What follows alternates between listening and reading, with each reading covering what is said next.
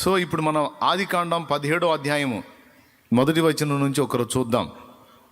ఆదికాండము 17వ అధ్యాయము మొదటి వచనం నుంచి చూద్దాం. అబ్రాము 99 ఏండ్ల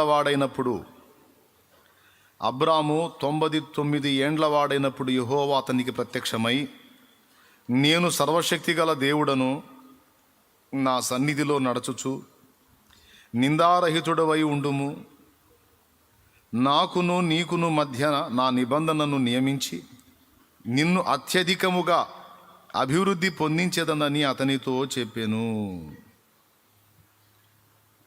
అబ్రహాము సాగిలపడి ఉండగా దేవుడు అతనితో మాటలాడి, ఇదిగో నేను నియమించిన నా నిబంధన నీతో చేసి ఉన్నాను. నీవు అనేక జనములకు తండ్రివగుదువు, మరియు ఇక మీదట నీ పేరు అబ్రాము అనబడదు. నిన్ను అనేక జనములకు తండ్రినిగా నియమించితిని గనుక నీ పేరు అబ్రాహాము అనబడును. నీకు అత్యధికముగా సంతాన వృద్ధి కలుగజేసి నీలో నుండి జనములు వచ్చున్నట్లు నియమించుదును. రాజులను నీలో నుండి వచ్చెదరు. నేను నీకును నీ తరువాత నీ సంతానమునకును దేవుడునై ఉండునట్లు, నాకును నీకును నీ తరువాత నీ తరములలో నీ సంతతికి నీ మధ్య నా నిబంధనను నిత్య నిబంధనగా స్థిరపరచెదను. నీకును నీ తరువాత నీ సంతతికి నీవు పరదేశివై ఉన్న దేశమును అనగా కనాను దేశమంతటిని నిత్య స్వాస్థ్యముగా ఇచ్చి వారికి దేవుడనై ఉందునని అతనితో చెప్పెను. దేవునికి స్తోత్రము కలుగునుగాక. ప్రభునందు ప్రియులారా, మనుషులను ప్రారంభం నుండి కూడా దేవుడు ఎప్పుడూ ఒకటి కోరతాడు. మన నుండి దేవుడు కూడా కొన్ని ఆశిస్తాడు. వాటిల్లో ఎప్పటికీ మర్చిపోకుండా మనం గుర్తుపెట్టుకోవలసినది ఏంటంటే మారు మనస్సు అనేది ఎప్పటికప్పుడు దేవుడు మన నుండి ఎదురు చూస్తాడు భూమి మీద ఉన్నంత వరకు. మారు మనస్సు అనేది బాప్తిస్మం పొందక మునుపు పొందేదేనా మారు మనస్సు అంటే? తర్వాత కూడా మారు మనసు అవసరత ఉందా అంటే, దేవుని వాక్యం చాలా చోట్ల చాలా స్పష్టంగా చెప్పింది. బాప్తిస్మం పొందడానికి ముందు పొందే మారు మనసు ఉంది, బాప్తిస్మం పొందిన తర్వాత కూడా మనం పొందాల్సిన మారు మనసు ఉంది. ఇది మనం గుర్తుపెట్టుకోవాలి. ఆదాము దగ్గర నుండి చివరి మానవుని వరకు దేవుడు నిరీక్షించింది, దేవుడు ఎదురు చూసింది, దేవుడు కోరుకుంది. మొదటి మానవుడి దగ్గర నుండి చివరి మానవుడి దగ్గర వరకు అందరినీ ఆయన నిరీక్షించింది, ఎదురు చూసింది, కోరుకుంది మారు మనస్సు. ఆదాము తప్పు చేసినప్పుడు వెంటనే శిక్షను విధించలా. కాస్త సంభాషణ జరిగింది. ఆదామా నీవెక్కడా అన్నాడు. తోటలో నీ స్వరం విని నేను దిగంబరినై ఉంటిని గనుక పొదల చాటున దాక్కున్నాను అన్నాడు. నువ్వు దిగంబరివని నీకు చెప్పినోడు ఎవడు? నేను వద్దన్న పండు తిన్నావా? కాస్త సంభాషణ జరిగింది. వాస్తవంగా దేవుడు ఈ పలకరింపులు, ఈ వెతుకులాటలు, ఇదంతా ఎందుకు? అంత టైం దేనికంటే, తేడా పడ్డాను తండ్రి, నువ్వు వద్దన్న పని చేశాను, పొరపాటు పడిపోయాను, ఏదేదో అయిపోయింది, ఇలాగ అయిపోయింది నా బతుకు అని దేవునికి ఎదురెళ్ళి ఆయన పాదాల చెంత సాష్టాంగపడి క్షమాభిక్ష కోరుకుంటాడు. మారు మనసును ప్రకటిస్తాడని ఎదురు చూశాడు. కానీ అది రాలా. మారు మనసు తీర్మానం రాలేదు, కానీ సమర్థింపు వచ్చింది. పండు తిన్న తర్వాత జ్ఞానం వచ్చింది. ఏం జ్ఞానం వచ్చిందంటే తప్పును ఒప్పుకునే జ్ఞానం కాదు, కప్పుకునే జ్ఞానం వచ్చింది. తప్పించుకోవడానికి ట్రై చేసే జ్ఞానం వచ్చింది. ఇది రక్త సంబంధంగా అప్పటి నుంచి ఇప్పటిదాకా నిరంతరం సరఫరా అవుతూనే ఉంది. పండు తిన్న తర్వాత వచ్చిన జ్ఞానం ఏంటంటే కప్పుకోవడానికి అవసరమైన తెలివిని సమకూర్చుకొనుట. దేవుని స్వరం విన్నప్పుడు అయ్యా తండ్రి తేడా పడ్డానని అలాగ పరిగెత్తుకొని వచ్చి సాష్టాంగ పడతాడేమో అని ఎదురు చూశాడు. పొదల చాటు నుండే మీటింగ్ పెట్టాడు. నువ్వు ఎక్కడున్నావంటే నీ స్వరం విని దాక్కున్నాను అన్నాడు భయపడి. దిగంబరినిగా ఉంటిని కనుక భయపడి దాగుకొంటిని. నువ్వు దిగంబరివని నీకు చెప్పినోడు ఎవడు? నేను వద్దన్న పని చేశావా? చేశాను. ఎందుకు చేశావు? నువ్వు నాతో కూడా ఉండటానికి ఇచ్చావుగా స్త్రీని, ఆమె ఆ పండు తిని కొన్ని నాకు ఇచ్చింది, తిన్నాను. వేసేసాడు ఆమె మీద. ఆమె కూడా నేనే తేడా పడ్డాను, ఈ సర్పబోధ విని నేను మోసపోయాను, తండ్రి నన్ను క్షమించు, నేను పాడైంది కాక నా భర్త కూడా ఆజ్ఞ మీరేటట్టు చేశాను, దౌర్భాగ్యురాల్ని, నేను ఎంత పాపినో తండ్రి అంటే బాగుండేది. ఆమె ఆ మాటల్లా ఆమెలో కూడా పండుతత్వం పనిచేసింది, జ్ఞానం వచ్చింది. ఏం జ్ఞానం అంటే పక్కోళ్ళ మీద వేసే జ్ఞానం. ఆమె కూడా సర్పాన్ని వెతికి సర్పం మీద వేసేసింది. ప్రారంభం నుండి కూడా దేవుడు మానవుడి నుండి ఎదురు చూసింది, కోరుకుంది, నిరీక్షించింది మారు మనసు, పశ్చాత్తాపం, దిద్దుబాటు. సర్దుబాటు కాదు, దిద్దుబాటు. అయితే మనుషుడు తరతరాలుగా సర్దుబాటుకే మక్కువ చూపాడు కానీ దిద్దుబాటుకి మక్కువ చూపల. అలా దిద్దుబాటుకు మక్కువ చూపిన వాళ్ళందరూ ధన్యులు. దిద్దుబాటుకు మక్కువ చూపిన వారిని దేవుడు భక్తులు అంటున్నాడు. దిద్దుబాటుకు ఒప్పుకోనివాడు పాస్టర్ అయినా సరే వానికి దేవుడిచ్చిన టైటిల్ భక్తిహీనుడు. పాస్టరమ్మ అయినా సరే ఆమెకు దేవుడిచ్చిన టైటిల్ భక్తిహీనురాలు. కీర్తనల గ్రంథము 50వ కీర్తన 16వ వచనం ఒకసారి చూడండి. భక్తిహీనులతో దేవుడు ఇట్లు సెలవిచ్చుచున్నాడు. భక్తిహీనులతోనా భక్తులతోనా? భక్తిహీనులతో దేవుడిట్లు సెలవిచ్చుచున్నాడు. నా కట్టడలు వివరించుటకు నీకేమి పని? నా కట్టడలను వివరించుటకు నీకేమి పని? నా నిబంధన నీ నోట విచించదవేమి? దేవుని కట్టడలను మనకు బోధించే వాళ్ళు, దేవుని నిబంధనను మనకు వివరించి చెప్పేవాళ్ళు ఎవరండి? దైవజనులు, దైవజనురాండ్రు. దేవుని నిబంధనలని, దేవుని కట్టడలని మనకు బోధించేది ఎవరు? సేవకులు, సేవకురాళ్ళు. అయితే వాళ్ళని గురించి ఏం టైటిల్ ఇచ్చాడు ఇక్కడ అంటే భక్తిహీనులు అన్నాడు. విశ్వాసుల్ని కూడా కాదు ఆ మాట అంది, పరిచారకుల్ని కూడా కాదు ఆ మాట అంది, సాక్షాత్తు ఉపదేశం చేసేటువంటి వాక్య ప్రబోధకులకు దేవుడిచ్చిన టైటిల్ భక్తిహీనులు. భక్తిహీనులు వాళ్ళకి ఫలితాలు ఎలా ఉంటాయి అనేది మీరు సామెతలు మొత్తం చూస్తే అర్థమైపోయింది. సామెతల మొత్తంలో కూడా భక్తులకు వచ్చే మేలు, భక్తిహీనులకు వచ్చే నష్టం. కీర్తనల్లో కూడా చాలా వచనాలు భక్తులకు భక్తిహీనులకు సంబంధించి ఉంటాయి. భక్తిహీనులకు ఏమేం జరుగుతాయి? భక్తిహీనుని దీపము కారు చీకట్లో ఆరిపోతుంది, భక్తిహీనుని ఇల్లు శాపగ్రస్తం అవుతుంది, భక్తిహీనుని సంతానము శపించబడుతుంది, భక్తిహీనుడు ఇలా అవుతాడు, భక్తిహీనుడు అలా అవుతాడని భక్తిహీనులకు ఎన్ని ప్రతికూల పరిస్థితులు ఉన్నాయో అవన్నీ కూడా ఫస్ట్ మనం చూసుకోవాలి. తర్వాత భక్తిహీనులు ఎవరు అనేది చూసుకోవాలి. భక్తిహీనులు ఎవరు, వారికి కలిగే నష్టాలు ఏమిటి అన్న 2 ప్రశ్నల మీద నష్టాలు ముందే చెప్పాను, సామెతల గ్రంథంలో ఉన్నాయని. ఇంతకీ భక్తిహీనులు ఎవరు? ఎవరిని భక్తిహీనులుగా దేవుడు భావిస్తున్నాడు అంటే దిద్దుబాటుని ఒప్పుకోని వాడు, సేవకుడైనా సేవకురాలైనా, విశ్వాస అయినా, పరిచారకుడైనా పరిచారకురాలైనా, దిద్దుబాటును ఒప్పుకోకుండా సర్దుబాటు చేసుకోవటానికి, తప్పును తప్పుగా ఒప్పుకోకుండా కప్పిపుచ్చుకోవడానికి, కవర్ చేసుకోవడానికి ప్రయత్నించే వారందరి యందు దేవుడు అసహ్యపడతాడు. వారిని భక్తిహీనుల లిస్టులో చేర్చాడు. అది సంగతి. కవర్ చేసుకోవడానికి ట్రై చేయటం, సమర్థించుకోవడానికి ప్రయత్నించటం, దేవుడికే నచ్చజెప్పడానికి ట్రై చేయటం అనేది దేవుడికి చాలా చేదర పుట్టించే వ్యవహారం. మన భాషలో చెప్పాలంటే దేవుడు అసహ్యపడే లక్షణం. యథార్థ హృదయుడివై, యథార్థ హృదయురాలివై, నేను కూడా యథార్థ హృదయుడినై దేవుని ఎదుటికి పోయి జరిగిన తప్పును జరిగినట్టు ఒప్పుకొనుట ఎంత మంచిది. పశ్చాత్తాప్తులమై మారు మనసు పొంది దిద్దుబాటు చేసుకొని ఇక జాగ్రత్త పడటం ఎంత మంచిది. సమర్థించుకుంటారు, ఇలా ఎందుకు చేశావంటే వాళ్ళు మంచోళ్ళు కాదంటారు, ఇలా ఎందుకు అన్నావంటే వీళ్ళు చెడ్డోళ్ళు అంటారు. అన్నీ విన్నట్టుగానే ఉంటారు, అన్నీ చేస్తున్నట్టుగానే ఉంటారు, అన్నీ చూస్తున్నట్టుగానే ఉంటారు, భక్తులాగానే కనపడతారు. లోపల ఘోరమైనటువంటి వ్యక్తిత్వాలు, మనస్తత్వాలు, క్రూరత్వాలు, అసహ్యమైన ఆలోచన విధానం, పెళసరం అన్ని కలగాపులగమై ఉంటారు. పచ్చిగా ఓపెన్గా చెప్తా, మీరు తిట్టుకోండి, సణుక్కోండి, గొణుక్కోండి, వాగులో దూకండి, నాకు అనవసరం. నేనైనా మీరైనా ఇక్కడ ఎవడు పక్షపాతం లేదు.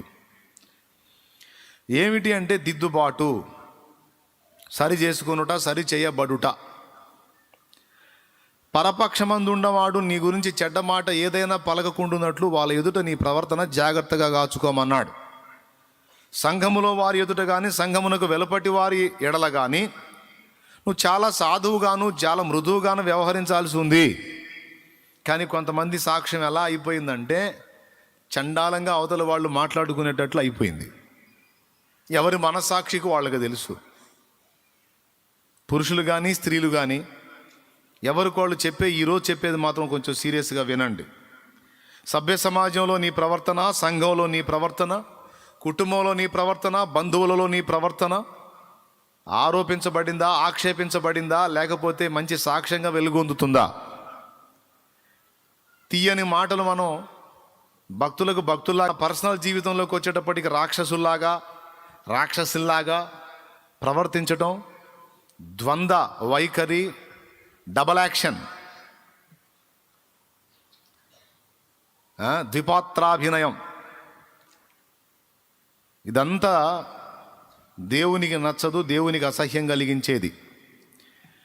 ఈరోజు స్ట్రైట్గా మిమ్మల్ని అడుగుతున్నా, దేవుని సన్నిధిలో ఉన్నప్పుడు పరిశుద్ధులుగా, దీనులుగా, నీతిమంతులుగా, సాత్వికులుగా, మృదు స్వభావులుగా ఉన్న మనం దేవుని సన్నిధికి బయట మందిరం వెలుపట జీవితంలో కూడా నిజంగా అలాంటి మెయింటెనెన్సే కలిగి ఉన్నామా?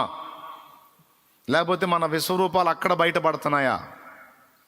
ఒకవేళ కొన్ని సందర్భాల్లో మన విశ్వరూపాలు బయలుపరిచినట్లయితే మర్యాదగా మారు మనసు పొందాలి, మర్యాదగా దిద్దుబాటు చేసుకోవాలి, సర్దుబాటు చేసుకోకూడదు. అమ్మా ఆమెను ఎందుకమ్మా అంత దూషించావు అని నేను అన్నాను అనుకో, ఆ మామూలుది కాదు అస్సలు, అమ్మో. అప్పుడు నేను అంటాను, నువ్వు సైతాను మోహం దానా, ఆమె సైతాన్ అనుకో, నీకేం దెయ్యం బట్టి నువ్వు దేవుని పెట్టావు కదా. అవతల మనిషి తేడా అయితే నువ్వెందుకు దూషణ చేశావు, నువ్వెందుకు దుర్భాషలాడావు, నువ్వెందుకు బజారుకి బరి తెగించి కూర్చావు? సైతానా చెప్పు, ఎవరైనా అంటే జస్ట్ ఎగ్జాంపుల్ కోసం ఒక మాట. ఇక మిగిలిన అన్ని విషయాల్లో కూడా పరిశీలన చేసుకోవాల్సిన అవసరత ఉంది.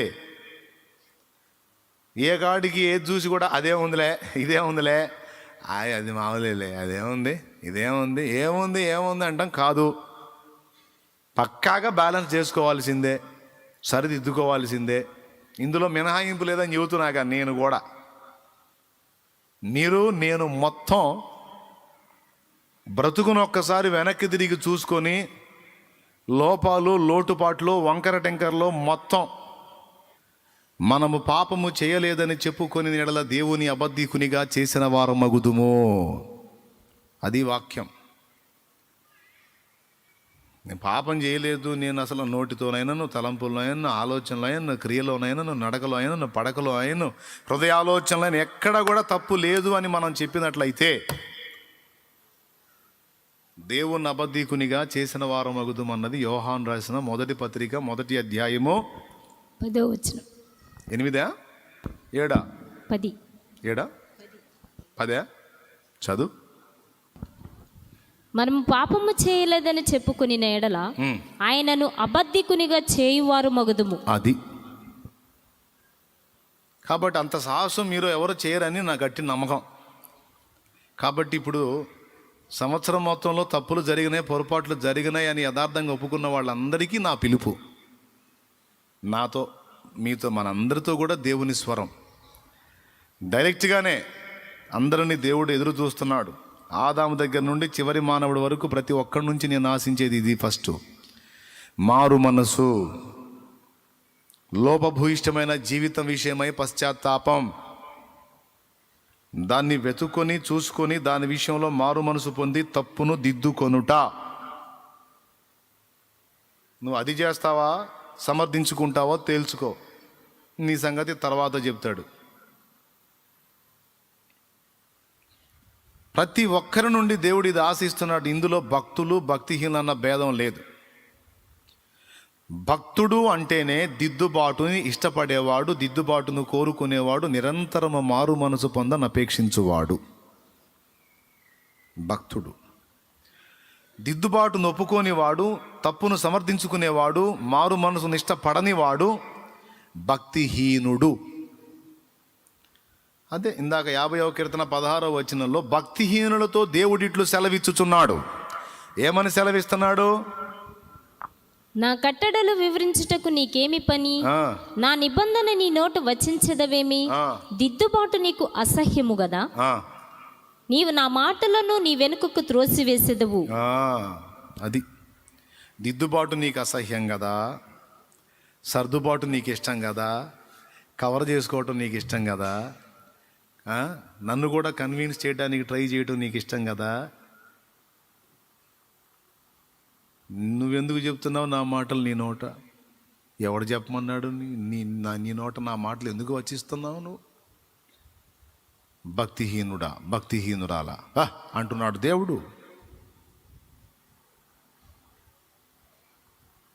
దేవుడు కాదులే బ్రదర్, ఎవరో దైవజనుడు రాశాడు కానీ అంటారా? పేతృపత్రికలు ఏముంది? ఒకడు తన ఊహను బట్టి చెప్పుట వలన లేఖనములో ఏ ప్రవచనమో పుట్టదని మొదట గ్రహించుకొనవలెను. మనుషులు పరిశుద్ధాత్మ చేత ప్రేరేపింపబడిన వారై దేవుని మూలముగా పలికిరి అన్నది వాక్యం. దేవునికి స్తోత్రం కలుగునుగాక. కాబట్టి భక్తులు అంటేనే దానిలో మొట్టమొదట వచ్చేటువంటి క్వాలిఫికేషన్, అర్హత ఏమిటంటే భక్తుడు అంటేనే దేవుని ఎదుట దీన మనస్సు కలిగి, మారు మనసు పొంది, దిద్దుబాటు నొప్పుకుని, వినయ విధేయతలతో దేవుని అనుసరించి నడుచుకునేవాడు, దేవుని ప్రేమించేవాడు భక్తుడు. భక్తురాలు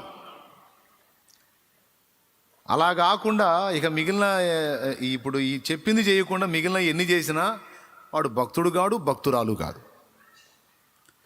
కాబట్టి ఈ పాయింట్ మీకు అర్థమైందని నేను అనుకుంటాను. ఇప్పుడు చదివించిన వచనం దగ్గరకు వస్తాను. మనందరికీ పితరుడుగా మనం విశ్వసించేది, విశ్వాసులకు తండ్రి అని పిలిచేది అబ్రహాముని. అబ్రహాము ఆదికాండం 12వ అధ్యాయములో పిలువబడ్డాడు. ఆ పిలుపు అందుకున్న తరువాత కొంత ప్రయాణం సాగింది. 12వ అధ్యాయంలో కొన్ని ఘట్టాలు, 13లో కొన్ని, 14లో కొన్ని, 15లో కొన్ని, 16లో మరికొన్ని.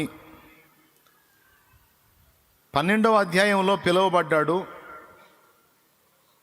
అక్కడి నుంచి కనానుకు బయలు వెళ్ళటం, కనాన్ దగ్గర నుంచి కనాను కరువు రాగానే ఐగుప్తుకు వెళ్ళటం, అక్కడి నుంచి మళ్ళా దేవుడు చెప్పిన ప్రదేశానికి రావడం, ఆ తర్వాత లోతు అబ్రహాం విడిపోవటం, ఆ తర్వాత లోతు సొదొమ చేరటం, సొదొమలో లోతు బందీ అయిపోతే అబ్రహాం వెళ్ళి ఫైట్ చేసి వాళ్ళని విడిపించడం,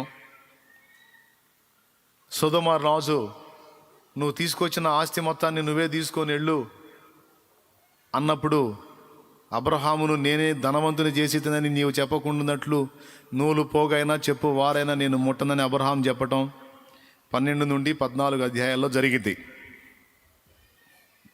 ఏమి ఇక 15వ అధ్యాయంలో ఈ సొదొమ రాజు దగ్గర అబ్రహాం యొక్క తీర్మానాన్ని దేవుడు మెచ్చుకొని 15వ అధ్యాయం 1వ వచనంలో దేవుని వాక్యము అబ్రహాముకు ప్రత్యక్షమై, అబ్రహామా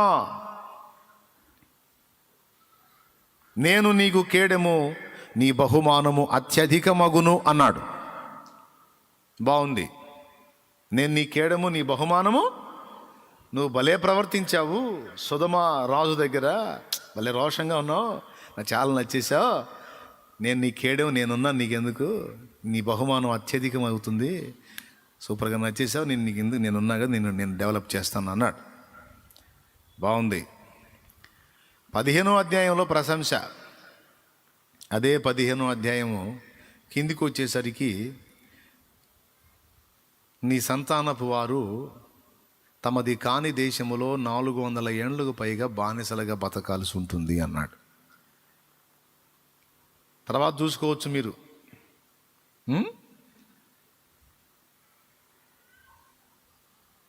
16వ అధ్యాయంలో